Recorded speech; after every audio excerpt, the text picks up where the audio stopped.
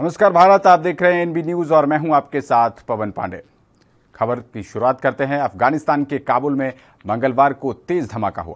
बताया जा रहा है कि स्थानीय समय अनुसार रात 8 बजे कार बम से यह हमला हुआ। इस धमाके के बाद अफगान सुरक्षा बलों और हमलावरों के बीच करीब 4 घंटे तक फायरिंग हुई। आंतरिक मंत्रालय के मुताबिक अफगान सुरक्षा बलों ने हमले में शामिल 4 हमलावरों को मार गिराया। यह ब्लास्ट अफगानिस्तान के रक्षा मंत्री जनरल बिस्मिल्लाह मोहम्मदी के घर के पास हुआ। अफगान मीडिया के मुताबिक ब्लास्ट के बाद दोनों ओर से काफी फायरिंग भी हुई। यह हमला काबुल के डिस्ट्रिक्ट 10 के शिरपुर इलाके में हुआ। यहां रक्षा मंत्री मोहम्मदी के अलावा अफगानिस्तान के पूर्व उपराष्ट्रपति मार्शल अब्दुल रशीद दोस्तम भी रहते हैं। यह इलाका हाई सिक्योरिटी वाले ग्रीन जोन में आता है। वहीं अफगानिस्तान के न्यूज चैनलों के मुताबिक धमाके के बाद कुछ हमलावर रक्षा मंत्री के घर में घुसते हुए भी देखे गए थे। हालांकि अफगानिस्तान के रक्षा मंत्री बिस्मिल्लाह मोहम्मदी ने ट्वीट कर कहा, चिंता न करें, सब ठीक है।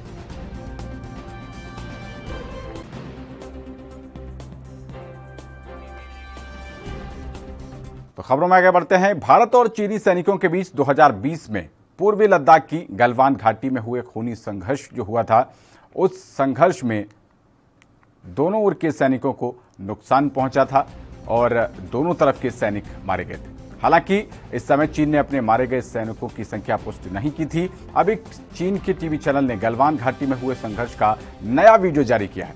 इस वीडियो में साफ तौर पर दिखाई दे रहा है कि चीन के सैनिक भारतीय सैनिकों पर पत्थर फेंक रहे हैं। हालांकि भारतीय जवान चीनी सैनिकों को मुंहतोड़ जवाब दे रहे हैं। इस वीडियो को जारी करने के पीछे चीन की भारत को बदनाम करने की धूर्त कोशिश की थी, लेकिन अपने ही दांव में चीन उल्टा फंस गया। चीन के इस 45 सेकेंड के प्रोपेगेंडा वीडियो को रिलीज कर चीन ने खुद ही अपनी बेइज्जती करवा ली है। नए वीडियो में चीन के पत्थरबाज सैनिक एक्सपोज हो गए हैं। चीन ने सोचा था कि यह वीडियो जारी करने से उसका झूठ आगे बढ़ेगा और वो अपने सैनिकों की बहादुरी दिखा पाएगा, लेकिन झूठ चाहे जितना मेकअप कर ले, सच की चमक के सामने फीका ही पड़ता है। इस वीडियो में साफ दिखाई दे रहा है कि भारतीय सैनिक चीन की उस निगरानी पोस्ट को नष्ट कर रहे हैं जिसमें उन्होंने LAC का उल्लंघन किया है। चीन की हमेशा की आदत है, वो धीरे धीरे आगे बढ़कर चुपचाप अवैध कब्जे करता है।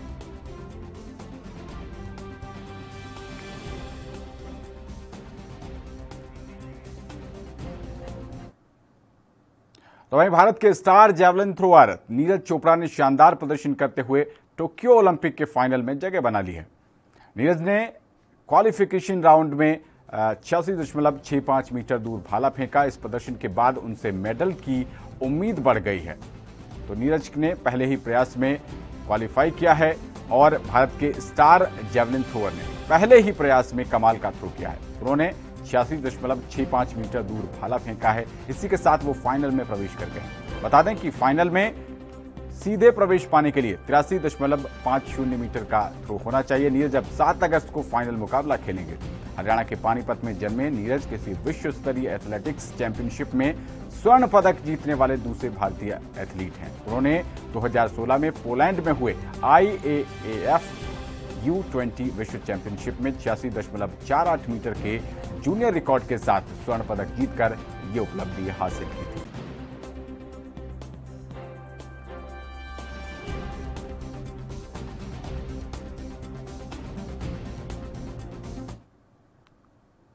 तो हर मामले में फालतू याचिकाओं की बाढ़ पर सुप्रीम कोर्ट ने नाराजगी जताई है। तुच्छ व फालतू याचिकाओं से परेशान सुप्रीम कोर्ट ने मंगलवार को कहा कि सामूहिक रूप से हम सभी न्यायिक प्रणाली का मजाक बना रहे हैं। इस तरीके की याचिका की वजह से हमें उन मामलों के निपटारे में दिक्कत हो रही है जिनका निपटान जरूरी है और लोग लंबे समय से न्याय का इंतजार कर रहे हैं। कोर्ट ने कहा कि हर मामले में अपील दायर करने की चलन को हतोत्साहित करना होगा।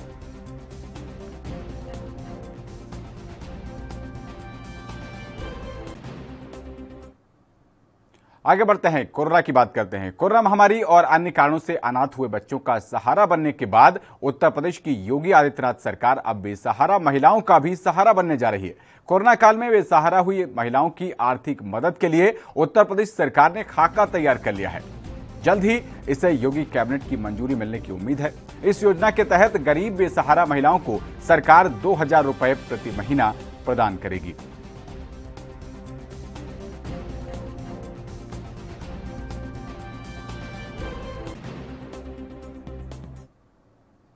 वहीं लालू प्रसाद यादव के बड़े बेटे तेज प्रताप यादव की माने तो उन्हें इन दिनों सपने में भूत दिखाई देते हैं। वे उनके भाषण सुनने भी आते हैं और फेसबुक पेज पर लाइव के दौरान ये बात कही। तेज प्रताप ने कहा कि मैंने सपने में देखा कि हसनपुर में बाढ़ प्रभावित इलाके का दौरा करने गया हूं। वहां ताड़ के पेड़ पर भूत बैठा है और पकड़ने आ रहा है। तो महादेव का नाम लेने के बाद वो भूत पका गया, लेकिन हम डरे नहीं। उल्टा उससे पूछा कि हमें डरा रहे हो? भूत बोला कि वो मेरा भाषण सुनने आया है।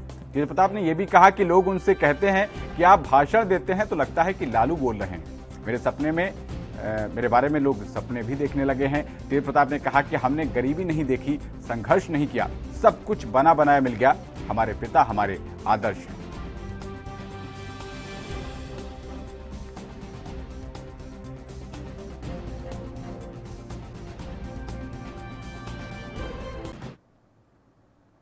बुलेटिन में आगे बढ़ते हैं। हरियाणा के रोहतक की सापला नगर पालिका में आवारा पशुओं की समस्या समेत अन्य समस्याओं को लेकर व्यापारी और दुकानदार जब चेयरमैन से मिलने पहुंचे तो चेयरमैन को मौजूद न पाकर मजबूरन उनके पति के सामने इन समस्याओं से निजात दिलाने की फरियाद करनी पड़ी। वहीं चेयरमैन की कुर्सी पर बैठे चेयरमैन पति ने नगर पालिका के अधिकारी और कर्मचारियों को इन समस्याओं से निजात दिलाने के आदेश भी दे डाले। ये सोचने वाली बात है कि नगर पालिका के अधिकारियों की ऐसी क्या मजबूरी है जो चेयरमैन के पति द्वारा दिए गए आदेश की सिर झुकाकर पालन करते हैं।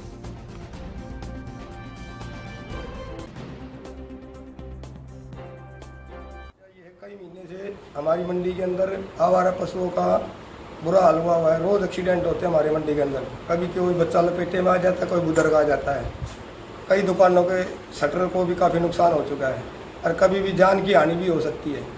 इसलिए हम चेयरमैन साहब के पास आए हैं, भाई हमारी समस्या का समाधान किया जाए। तो नगर पालिका में आपको कौन मिला है और क्या आश्वासन मिला है? हम आज ही आए हैं, एप्लीकेशन चेयरमैन को दे दिया है। इन्होंने हमें आश्वासन दिया भी बहुत जल्दी आपकी समस्या का समाधान हो जाएगा। पहले नगर पालिका में एक बार आए थे या नहीं आए थे? पहले नहीं, हम पहली बार ही आए हैं। पहली बार आए।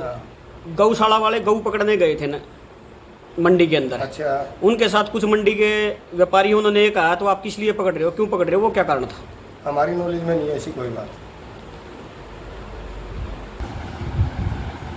जी क्या नाम है जी? रविंद्र कुमार। रविंद्र जी, क्या समस्या और कहाँ की समस्या और किस लिए आए थे? इसी आवारा पशुओं के लिए आए हैं जी। यही समस्या है। चेयरमैन साहब से दरखास्त है वही इनका पर इलाज किया जाए। कितने टाइम? वहीं मध्य प्रदेश में अतिवृष्टि और बाढ़ से निपटने के लिए सेना बुला ली गई है। शिवपुरी, श्योपुर, दतिया, ग्वालियर, भिंड और रीवा जैसे जिलों में लगभग 1171 गांव प्रभावित हुए हैं। कुल 200 गांव पानी से घिरे हुए हैं। एसडीआरएफ, एनडीआरएफ की टीमों ने लगभग 1600 लोगों को सुरक्षित स्थानों पर पहुंचाया है। एयरफोर्स के 5 हेलीकॉप्टरों ने ग्वालियर से मंगलवार सुबह उड़ान भरी थी, लेकिन पहले खराब मौसम की वजह से रेस्क्यू के लिए उतर नहीं सके। सिंध घाट नदी के तेज पानी में गोराघाट के नजदीक लॉन्च का पुल और रतनगढ़ वाली माता मंदिर, ये 2 लोकेशन का पुल बह गया। सिंध नदी पर बने लॉन्च और रतनगढ़ माता मंदिर पुल की उम्र 10 साल से कम थी। 2013 में इसी पुल पर मची भगदड़ में 115 श्रद्धालुओं की मौत हो गई थी।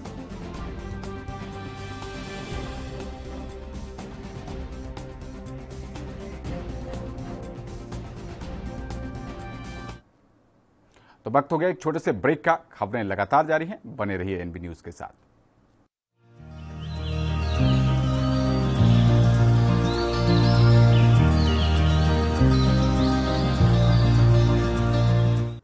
ब्रेक के बाद आपका स्वागत है। रुक करते हैं अगली खबर का। पहाड़ी और मैदानी इलाकों में बारिश से गंगा के जलस्तर में बढ़ाव तेज हो गया है। वाराणसी में गंगा का जलस्तर अब खतरे के निशान से कुछ ही मीटर दूर रह गया है। इससे जहां घाटों का आपसी संपर्क टूट गया है, वहीं हरिश्चंद्र और मणिकर्णिका घाट पर शवदाह स्थल भी बदल दिए गए हैं। घाट किनारे रहने वालों को अलर्ट किया गया है। सोमवार सुबह से ही नाव संचालन पर रोक है। जल पुलिस की ओर से बताया गया है कि 2 दिनों से गंगा का जलस्तर अचानक तेजी से बढ़ने लगा है। गंगा में नौका संचालन पर निगरानी के लिए कमिश्नरेट पुलिस के साथ ही जल पुलिस की टीमें लगाई गई हैं। वहीं एनडीआरएफ की टीमें भी दशाश्वमेध, मीर घाट, पंचगंगा घाट, अहिल्याबाई, राजघाट, 80, तुलसी घाट और हरिश्चंद्र घाट सहित अन्य घाटों पर तैनात है। ये टीमें चक्रमण करते हुए नजर रख रही हैं।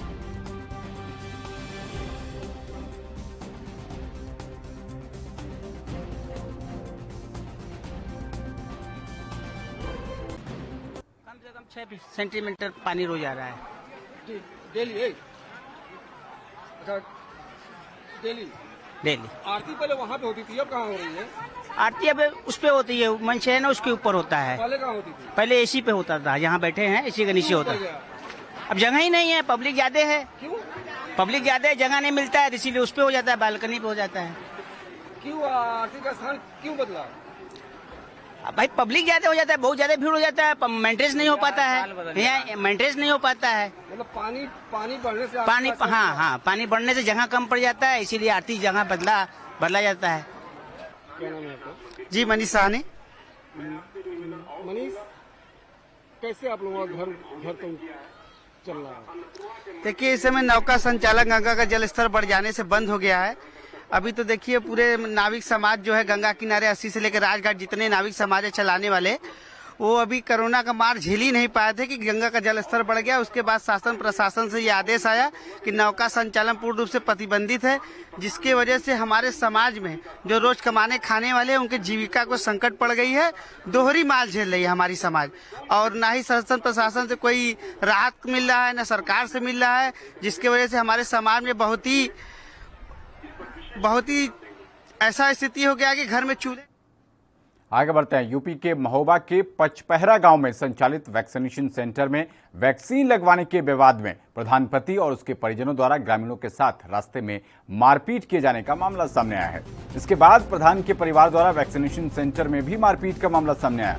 मारपीट का वीडियो सोशल मीडिया पर वायरल हो रहा है। वहीं दोनों ही पक्ष एक दूसरे पर आरोप लगाते हुए कोतवाली में तहरीर देने पहुंचे।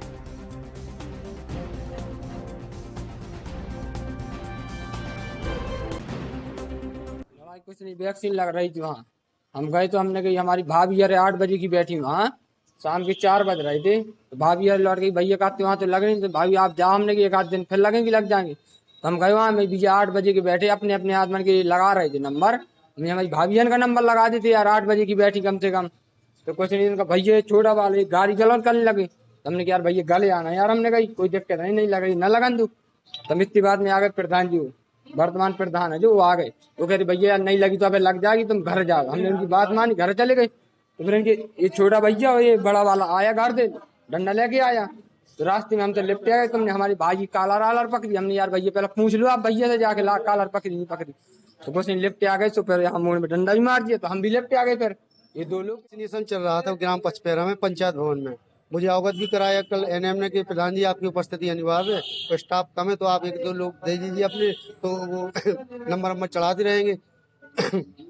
तो मैंने भाई को वहाँ बिठा दिया। तो भाई से कहा कि आप नंबर चढ़ा दीजिए। तो सुबह से अभी तक 150 वैक्सीनेशन हो चुकी थी, कहीं कोई विवाद नहीं, सब लोग शांतिपूर्वक वैक्सीनेशन कर रहे थे।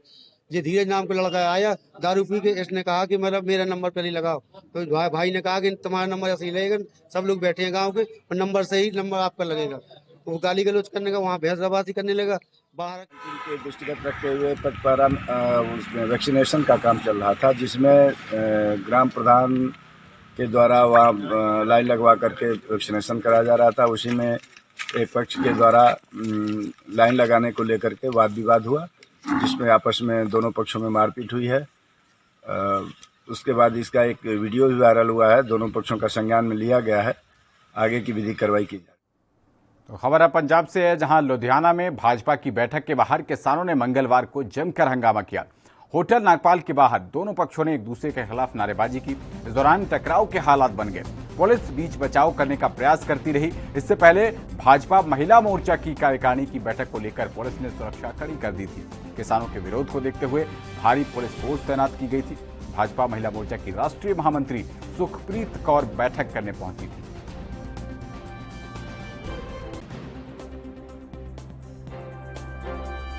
मोर्चा दी प्रदेश दी प्रधाना आज मेरा कार्यक्रम था और बहुत सफल रहा, जिसमें 200 महिलाएं आई और इन लोगों ने 20 लोग किसान के नूम पे इकट्ठे होके ये कह रहे हैं कि प्रोग्राम इनका सफल नहीं हुआ।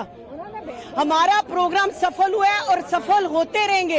हम मोदी जी के नेतृत्व में काम कर रहे हैं और मोदी जी के नेतृत्व में काम करेंगे। हमारी आने वाली सरकार 2022 में भाजपा की हम बनाएंगे।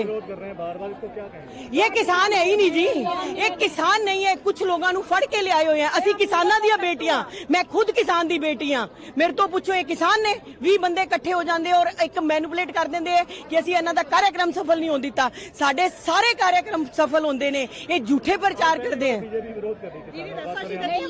बिल्कुल करेगी, आगे भी करेगी। कब तक दूसरे लोग प्रोग्राम कर सकते हैं, दूसरी पार्टियां कर सकती हैं, हमें अधिकार क्यों नहीं है? ये मोदी जी से डर रहे हैं, इसका मतलब ये मोदी जी से डरते हुए ये हरकतें कर।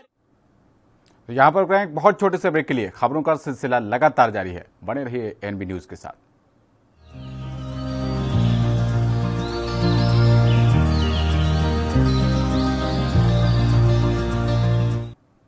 तो ब्रेक के बाद एक बार फिर से आपका स्वागत है। नमस्कार, भारत देख रहे हैं आप। खबरों के सिलसिले को आगे बढ़ाते हैं। अब यूपी की बात करते हैं। यूपी में सोनभद्र की क्राइम ब्रांच और स्वाट टीम के साथ सर्विलांस की टीम को एक बड़ी सफलता हाथ लगी है। मुखबिर की सूचना पर पुलिस ने 2 तस्करों को गिरफ्तार किया है और तस्करों के पास से 400 ग्राम हेरोइन बरामद किया है।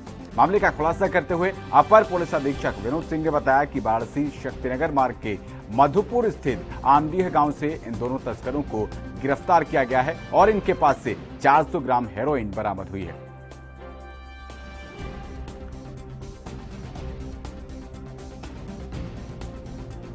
सोनभद्र पुलिस द्वारा लगातार नशा तस्करों के विरुद्ध चलाए जा रहे अभियान में आज एसओजी और सर्विलांस टीम को एक बड़ी सफलता हाथ लगी है। पुलिस की टीम को मुखबिर की सूचना के बाद आज 2 तस्करों को गिरफ्तार किया है। तस्करों के पास से 400 ग्राम हीरोइन बरामद की गई है।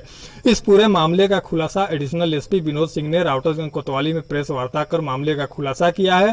पुलिस के अनुसार यह दोनों तस्कर लखनऊ से भारी मात्रा में हीरोइन लेकर के सोनभद्र में आए हुए थे और सोनभद्र जिले के साथ ही आसपास के क्षेत्रों में इसे ऊंचे दामों में बेचने का काम कर रहे थे। तो वहीं पुलिस भी इन तस्करों के खिलाफ लगातार ऑपरेशन चला रही है और हर तस्करों को गिरफ्तार करने में जुटी हुई है। आज इसी क्रम में मुखबिर की सूचना पर इन दोनों तस्करों को भी गिरफ्तार किया गया है। यह दोनों तस्कर सोनभद्र के निवासी हैं। इनकी गिरफ्तारी वाराणसी शक्तिनगर मार्ग के मधुपुर स्थित आमडीह गांव के पास से हुई है। हालांकि एडिशनल एसपी ने इन तस्करों के खिलाफ संबंधित धाराओं में मुकदमा दर्ज कर इनको जेल भेज दिया है और वहीं गिरफ्तार करने वाली टीम को पुलिस अधीक्षक अमरेंद्र प्रसाद सिंह ने 25,000 रुपए का नगद इनाम देकर पुरस्कृत किया है। Subhash Pandey, NB news, Sonbhadra. वहीं पिछले 2 सालों से अरोड़ वंश धर्मशाला रोड से पानी निकासी की समस्या दूर नहीं हो रही है। इसके चलते मंगलवार को दुकानदारों ने दुकानें बंद कर रोड जाम कर दिया। अरोड़ वंश धर्मशाला में हरियाणा राज्य बाल कल्याण परिषद के महासचिव प्रवीण अत्री को कार्यक्रम में आना था। इसी को लेकर दुकानदारों ने रोड जाम कर दिया। सड़क जाम होने के कारण प्रवीण अत्री दूसरे रास्ते से पहुंचे और इसी दौरान जन स्वास्थ्य विभाग के जेई गिरीश कुमार और नगर परिषद के जेई सुमित चोपड़ा भी मौके पर पहुंचे, लेकिन दुकानदारों ने घेराव कर दिया। इस दौरान गिरीश पर भ्रष्टाचार का आरोप लगाया गया और सरेआम रुपए बर्बाद करने का भी स्थानीय लोगों ने आरोप लगाया।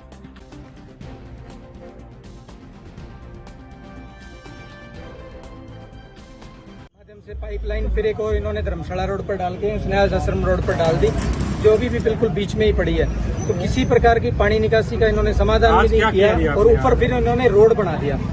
अब नतीजा उसका ये हुआ कि पहले 2-3 फुट पानी इकट्ठा होता था, 5-6 फुट पानी इकट्ठा हो गया। परसों की बरसात से यहाँ बेसमेंट में भी 8-8 फुट पानी इकट्ठा हो गया। आज क्या था कि इन्होंने जो बीच में पाइपलाइन डालने के लिए 2-2 फुट के जो खड्डे छोड़ रखे थे, आज तो अरोड़ वंश धर्मशाला में किसी महोदय ने आना था, डीसी साहब ने भी आना था। उनकी कार को झटका ना लग जाए, उनको महसूस ना हो कि इस रोड का काम पेंडिंग है। इन्होंने लिपापोती करने की कोशिश की कि किसी तरह उन गड्ढों को भर के वहां से उनको अधिकारियों को ले जाए। तो हमने उसका रोका। उसके रोकने के बाद में जब हमें ये लगा कि कोई हमारी सुनवाई नहीं हो रही, तो हमने इसको रोड को सबने मिलकर जाम किया। घेराव भी किया गया? बिल्कुल, जेई साहब आए, उनका घेराव किया। हमने उनके सामने कुछ सवाल पूछे, भी आप इनका जवाब दे दो, अगर ये बात सही है तो वो जेई साहब। आगे बढ़ते हैं। यूपी के बुंदेलखंड का महोबा जनपद दैवीय आपदाओं से जूझ रहा है। उस पर अन्ना जानवर किसानों के लिए सबसे बड़ी समस्या बने हैं। इसकी वजह से किसानों को अपनी फसलों की बर्बादी की चिंता खाई जा रही है। इसी कड़ी में सैकड़ों किसान जिलाधिकारी के कार्यालय के बाहर इकट्ठा हुए और बंद पड़ी गौशाला को संचालित कराए जाने की मांग कर रहे हैं। इन किसानों का कहना है कि गांव में एक बड़ी गौशाला है, लेकिन वर्तमान समय में वो बंद पड़ी है। 3 महीने पहले गौशाला को बंद कर गोवंशियों को छोड़ दिया गया था, जो अब खेतों में झुंड के झुंड बनाकर फसलों को बर्बाद कर रहे हैं। किसान कहते हैं कि इस बार उनकी फसल अच्छी हुई है, लेकिन डर सता रहा है कि कहीं ये आवारा जानवर पूरी फसलों को बर्बाद न कर दे। इसकी फसलों को बचाने के लिए दिन रात उन्हें खेतों में पहरेदारी करनी पड़ रही है।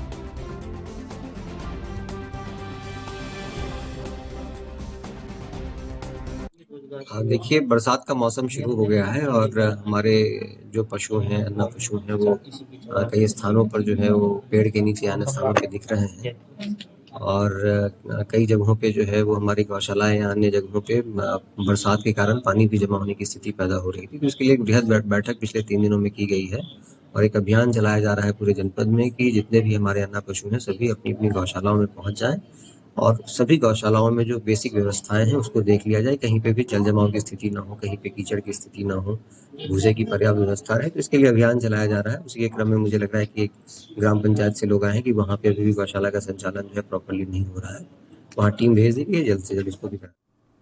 तो यूपी में गुंडागर्दी की खबरें अक्सर सामने आती हैं, लेकिन अब तो पदाधिकारियों की भी दबंगई सामने आने लगी है। दरअसल सोशल मीडिया पर एक वीडियो वायरल हो रहा है जिसमें यूपी के बुलंदशहर से नरौरा बीजेपी चेयरमैन की दबंगई साफ देखी जा सकती है।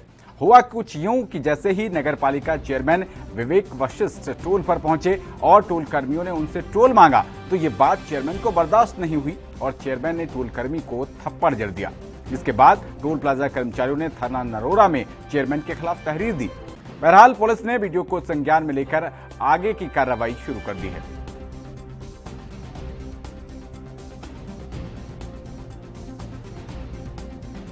देखिए, अभी थोड़ी देर पहले एक वीडियो संज्ञान में आया है जिसमें एक व्यक्ति के द्वारा किसी कर्मचारी के साथ हाथापाई करते हुए देखा जा रहा है। हमने थाना प्रभारी को बताया है कि तत्काल इसमें संबंधित कर्मचारी से संपर्क करके उससे तहरीर प्राप्त करें और अभियोग दर्ज कर वैधानिक कार्रवाई करें। तो अपनी मांगों को लेकर अब प्रदेश के पटवारी भी हड़ताल पर चले गए हैं। बीते दिन पटवारियों की हड़ताल का दूसरा दिन रहा। मांगें पूरी नहीं होने पर पटवारियों ने 2 अगस्त से 3 दिन के सामूहिक अवकाश पर जाने की घोषणा की थी। पटवारियों के हड़ताल पर चले जाने से प्रदेश में पटवारियों के द्वारा किए जा रहे कई काम ठप हो गए हैं। हालांकि हड़ताल के दौरान पटवारी भू अभिलेख का काम करते रहेंगे। बता दें कि अपनी मांगों को लेकर मध्य प्रदेश के पटवारी लंबे समय से आंदोलन कर रहे हैं। 3 सूत्रीय मांगों को लेकर हड़ताल कर रहे पटवारियों ने भू अभिलेखों को छोड़कर कोई भी काम नहीं करने का फैसला लिया है।